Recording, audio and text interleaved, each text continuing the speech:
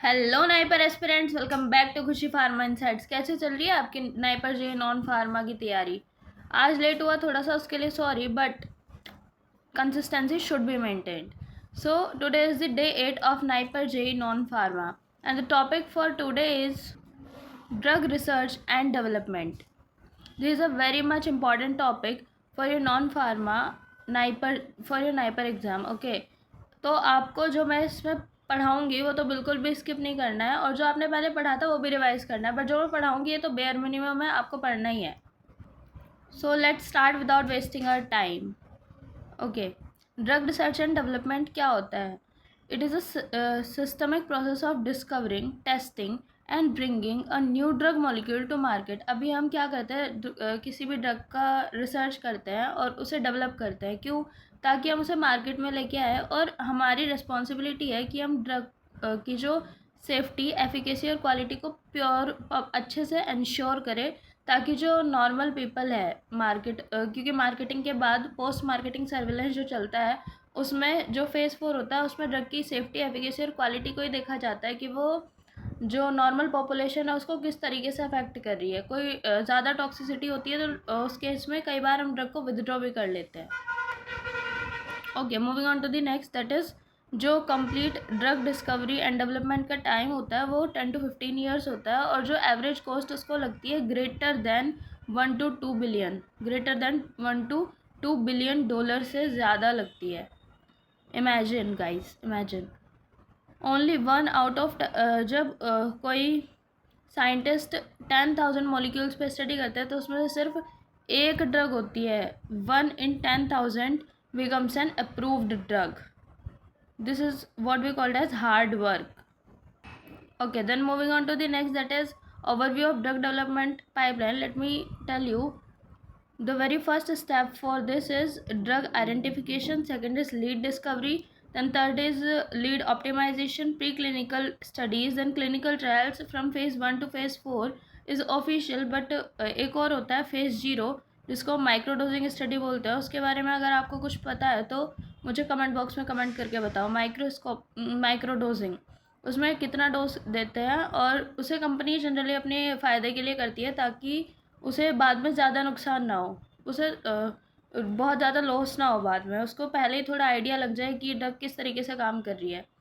तो फेज़ 0 मतलब ये सबसे पहले हम नॉर्मल पर्सन पे करते हैं। आप मुझे इसके बारे में बताओ और क्या पता है। इसमें मेरे को इम्पोर्टेंट चीज़ बताओ कि डोज़ कितना देते हैं, इसमें कितना डोज देते हैं। मैंने एक बार बताया भी था, बट आप भी बताओ।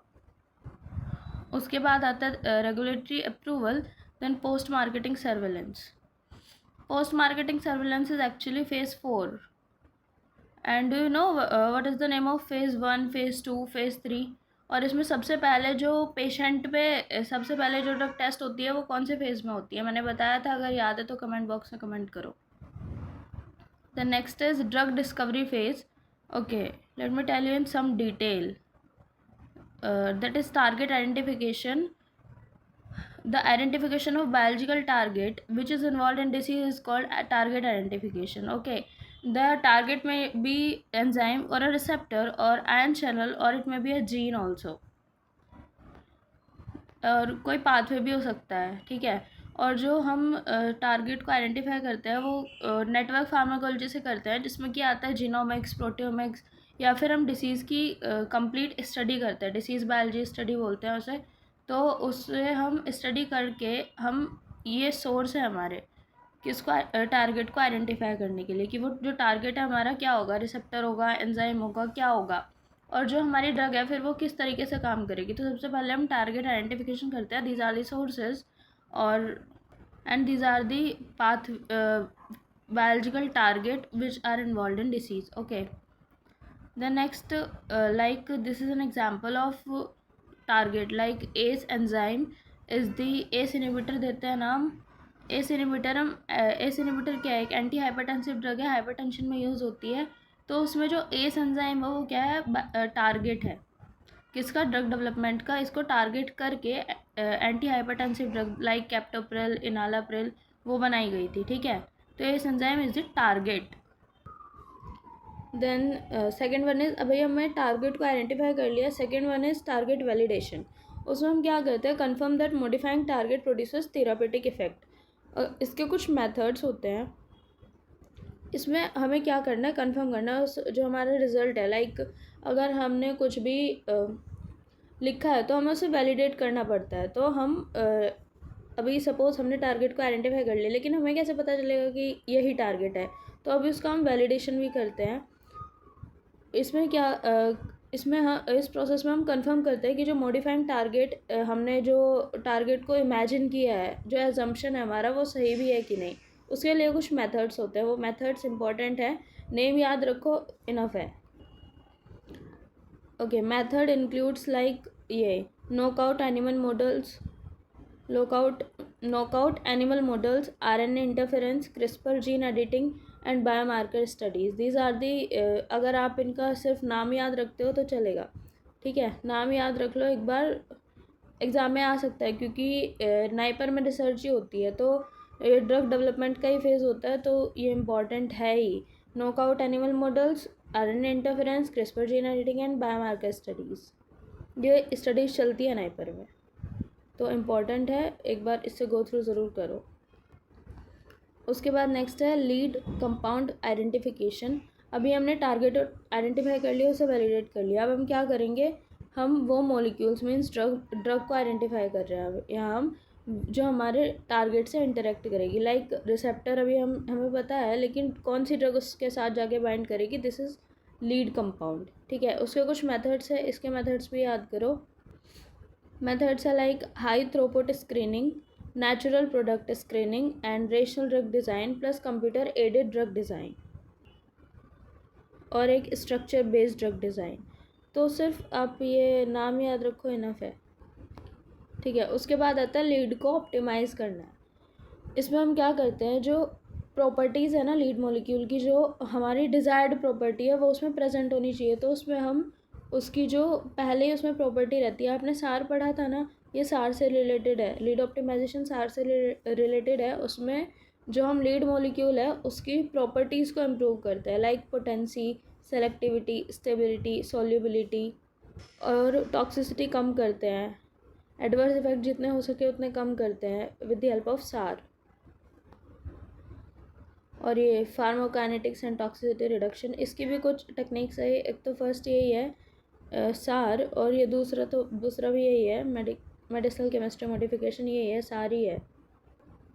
उसके बाद that is pre clinical development, testing before human studies, पता ही है प्री क्लिनिकल ह्यूमन्स में होता है, और इसका कुछ ऑब्जेक्टिव वही है, सेफ्टी को इवेलुएट करना, उसका ड्रग का फार्माकोकाइनेटिक टॉक्सिकोलॉजी की स्टडीज़, और लाइक ड्रग की पोटेंसी कितनी है, ठीक है। ड्रग की पोटेंसी क्लिनिकल ट्रायल में भी हम देखते हैं, कौन से फेज़ में बताओ, कमेंट बॉक्स में कमेंट करो। और मेजर इसमें 3 ही चीज़ देखते हैं वैसे हम, अगर हम एनिमल इन विवो टेस्टिंग करते हैं एनिमल पे, तो हम सेफ्टी को एवेलुएट करते हैं, फार्माकोकाइनेटिक्स और टॉक्सिकोलॉजी की स्टडी करते हैं, ठीक है। और ये फार्माकोकाइनेटिक में आ जाएगा like absorption, distribution, metabolism, excretion, and एक उसमें आ जाएगा बायोअवेलेबिलिटी ऑल्सो, बायोअवेलेबिलिटी भी देखते हैं। उसके बाद नेक्स्ट है study performed like in vitro studies, जिसमें हम सेल कल्चर कैसे करते हैं और रिसेप्टर की बाइंडिंग साइट पता करते हैं, ठीक है। इसी की हेल्प से हमें पता चलता है। तो ये जो सारी स्टडीज़ है ये होती है एटलीस्ट 10,000 कंपाउंड्स पे, जिसमें कि एक मॉलिक्यूल सक्सेस होता है। This is very interesting and hard working as well. And second one is in vitro animal studies. In vitro animal studies is regulated in India by the CCSEA, that is Committee for the Control and Supervision of Experiments on Animals. पहले इसका नाम CPSCA था, तो ये भी question आ सकता है कि पहले CPSCA था, अभी CCSEA है। तो अगर एग्ज़ाम में क्वेश्चन आ सकता है कि ऐसी कौन सी कमेटी है जो कि एनिमल्स को करती है, तो उसमें एक ऑप्शन रहेगा CPCSEA और एक रहेगा CCSEA। तो आपको CCSEA टिक करना है, क्योंकि अभी वो अपडेट हो गया है। उसके बाद इसके कुछ टेस्ट होते हैं लाइक एक्यूट टॉक्सिसिटी, सब एक्यूट, क्रॉनिक टॉक्सिसिटी। इन सब का मेरे को टाइम पीरियड बताओ, ये एक्यूट, सब एक्यूट और ये क्रॉनिक, कितने टाइम तक हम मेजर करते हैं टॉक्सिसिटी इन ह्यूमंस, कितने टाइम में। उसके बाद आता है reproductive toxicity, carcinogenicity and genotoxicity. These are also important. Okay, ये स्टेप्स एक बार याद कर लेना। इसके बाद हम क्या करते हैं, प्री क्लिनिकल के बाद हम एक फॉर्म फिल करते हैं, that is IND application. IND application, investigational new drug application. किसको करते हैं वो फॉर्म फिल करके, मतलब किसका फॉर्म होता है, एक बार बताओ किसको देते हैं वो फॉर्म फिल करके, हमें किसको देना होता है? Yes, tell me in the comment box. ठीक है, उसके बाद है clinical development, like human testing begins after regulatory permission. जब रेगुलेटरी बॉडीज़ होती है, जब वो उसे परमिट कर देती है, तभी हम क्लिनिकल ट्रायल्स की ओर जाते हैं। और approval authority in India like CDSCO, जो CDS को होता है ना, वही अप्रूव करता है कि अभी आप क्लिनिकल ट्रायल्स की तरफ जा सकते हो। क्लिनिकल ट्रायल्स के जनरली 4 फेज़ होते हैं जो ऑफिशियल है, बट एक फ़ेज़ 0 भी होता है जिसको माइक्रो डोजिंग स्टडी बोलते हैं। तो उसमें मुझे बताओ कि कितनी डोज देते हैं हम, ह्यूमन को कितनी डोज देते हैं? ओके, फ़ेज़ 1 क्लिनिकल ट्रायल में जितने इतने, ये इंपॉर्टेंट है, 20 to 100 हेल्दी वॉलंटियर्स होते हैं और इसका पर्पज़ है safety, tolerability, pharmacokinetics, dose range. This is the purpose of phase 1 clinical trial. ठीक है, तो ये देख लो, सेफ्टी हम जनरली इसमें सेफ्टी याद रखते हैं, safety, tolerability, pharmacokinetic and dose range. अभी मुझे बताओ, फ़ेज़ 1 का एक नाम होता है, फ़ेज़ 1 को और क्या बोलते हैं? जैसे फ़ेज़ 4 को पोस्ट मार्केटिंग सर्वेलेंस होता है, ऐसे ही फ़ेज़ 1, 2 और 3 का भी एक नाम होता है, तो वो नाम मुझे बताओ।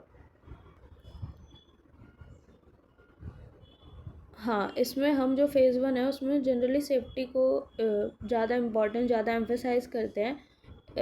यहाँ एक क्वेश्चन ये इंपॉर्टेंट है, इस ड्रग सेफ इन ह्यूमन्स, हमें बस ये चेक करना है फ़ेज़ 1 में। देन फ़ेज़ 2 की तरफ जाते हैं हम, 100 to 300 पेशेंट होते हैं इसमें,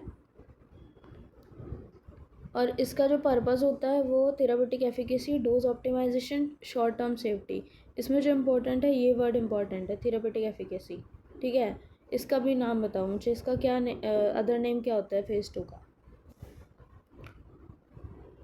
थेरापेटिक एफिकेसी इसमें इम्पॉर्टेंट है। Next is phase 3 clinical trial, जिसमें कि 1000 to 3000 पेशेंट होते हैं और वो confirm efficacy, monitor adverse effect, compare with standard therapy and data used for marketing approval. Okay, इसका भी एक और नाम होता है, लाइक कन्फर्मेशन। मैं आपको ट्रिक नहीं, मतलब एक हिंट दे रही हूँ, कन्फर्म से कुछ रिलेटेड है, फ़ेज़ 3 का नाम क्या है? कमेंट बॉक्स में कमेंट करो। ठीक है, उसके बाद है रेगुलेटरी सबमिशन। तो कंपनी सबमिट क्या क्या करती है? NDA, complete clinical data, manufacturing details, quality control data, ये याद रख लो। ठीक है, और regulatory agencies evaluates benefit risk ratio, means जो हमेशा बेनिफिट है, benefit should outweigh the risk, benefit हमेशा ज़्यादा होना चाहिए रिस्क से, तभी हम उस ड्रग को यूज़ करते हैं। हम मीन्स कंपनी या कोई भी ह्यूमन। अगर रिस्क ज़्यादा होगा तो आप थोड़ी ना कोई दवाई कंज्यूम कर लोगे, उसका बेनिफिट उसके रिस्क से अच्छा होना चाहिए। That is next step is drug approval. अगर अप्रूव हो गया है तो मैन्युफैक्चरिंग लाइसेंस दे दिया जाएगा और उसके बाद ड्रग मार्केट हो जाएगी पब्लिक में। और उसके बाद आता है phase 4 clinical trial. Okay, phase 3 और फ़ेज़ 4 के बीच में क्या कोई फॉर्म फिल होता है? अगर होता है तो उसका कमेंट बॉक्स में कमेंट करो, नहीं होता है तो भी करो। आपको क्या पता है वो लिखो। ठीक है, phase 4 that is post marketing surveillance occurs after approval, है ना? जब ड्रग मार्केट में एंटर कर जाती है तब ये स्टार्ट होता है। इसका जनरली हम जो एडवर्स ड्रग रिएक्शन है उसको मॉनिटर करते हैं, like there are various monitoring centres like Uppsala monitoring centre, और एक नाइपर भी है जो एडवर्स ड्रग रिएक्शन को मॉनिटर करने का काम करता है। मॉनिटरिंग सेंटर है वो है ये नाइपर हाजीपुर, वो एडवर्स ड्रग रिएक्शन को मॉनिटर करता है। इसलिए ये टॉपिक इंपॉर्टेंट हो जाता है जो आज मैं पढ़ा रही हूँ, इसमें कुछ पे स्किप मत करके जाना। और एक लॉन्ग टर्म सेफ्टी और न्यू इंडिकेशंस। ठीक है, withdrawal of drugs due to unexpected toxicity. क्या आपको पता है कि बहुत सारी ड्रग अगर प्री क्लिनिकल में पास हो जाती है, बस क्लिनिकल में फेल कर जाती है? क्यों? क्योंकि जो माना कि जो रैट्स है या फिर माइस है, उनकी फिजियोलॉजी ह्यूमन से ऑलमोस्ट सिमिलर होती है, लेकिन फिर भी humans are different than animals, क्योंकि दो ह्यूमंस की भी बॉडी में वेरिएशंस होते हैं, वेरिएबिलिटी होती है ना, बहुत सारे वेरिएशंस होते हैं, और ये तो फिर भी एनिमल और ह्यूमंस है तो हो सकता है। तो कई बार बहुत सारी ड्रग्स ऐसी होती है जो प्री क्लिनिकल को पास करती है और क्लिनिकल को फेस कर जाती है ड्यू टू वेरिएशंस। हम कुछ सपोर्टिंग स्टडीज़ लाइक यही फार्माकोकाइनेटिक, डायनेमिक, ये सब करते हैं, और bioavailability, toxicity studies, drug effect on body and determines safe exposure limit, से तो पता ही है। और कुछ डिफरेंट प्रोफेशनल्स का इसमें रोल होता है, लाइक जो मेडिसिनल केमिस्ट रहेगा वो मॉलिक्यूल डिज़ाइन करता है, फार्माकोलॉजिस्ट का काम होता है एफिकेसी को टेस्ट करना, टॉक्सिकोलॉजिस्ट सेफ्टी असेसमेंट करता है। ये तो I mark it 5 star, write it in your notebook और learn it very well. Clinical researchers trials करते हैं, और रेगुलेटरी अफेयर्स अप्रूवल का काम करते हैं, फार्मास्यूटिकल साइंटिस्ट फॉर्मुलेशन डेवलपमेंट करते हैं। तो इसको देख के जाओ। उसके बाद नेक्स्ट है, there are various challenges in drug development, like high failure rate बहुत ज़्यादा रहता है, मैंने बताया 10,000 में से सिर्फ एक ही ड्रग सक्सेस होती है, लॉन्ग टाइम लाइन्स, कॉस्ट भी बहुत ज़्यादा लगती है, regulatory complexity and unexpected toxicity हमें देखने को मिलती है कई बार, जिसकी वजह से हमें मार्केट से ड्रग को विदड्रॉ करना पड़ता है। Modern trends in drug discovery, like ये एक बार देख लेना, AI इन ड्रग डिज़ाइन, पर्सनलाइज्ड मेडिसिन मतलब हम इंडिविजुअल की स्टडी करते हैं, इंडिविजुअल पर्सन की स्टडी करते हैं और उसके हिसाब से मेडिसिन डिज़ाइन करते हैं, उसको बोलते हैं personalised medicine, which is a modern trend in drug discovery. उसके बाद आता है biologics and monoclonal antibodies and gene therapy then mRNA therapeutics. और ये एक टेबल है जो मैंने इसमें लिखी है। डिस्कवरी का मतलब होता है मॉलिक्यूल को फाइंड करना, प्रीक्लिनिकल एनिमल में हम सेफ्टी चेक करते हैं, फेज़ 1 में ह्यूमन में safety, then efficacy, then confirmation. इसका नाम तुम बताओगे, इसका थेरापेटिक कंफर्मेशन होता है, इसका भी कुछ ऐसे ही होता है, थेरापेटिक एक्सप्लोरेशन, तुम बताओ ठीक है क्या होता है। और फेज़ 4 लॉन्ग टर्म मॉनिटरिंग, ये होता है। So that's it for today, best of luck guys, make your preparation very very strong, क्योंकि नाइपर में एक सीट आपको ही लेनी है। Best of luck. If you find my video informative then like, share and subscribe my channel. Thank you.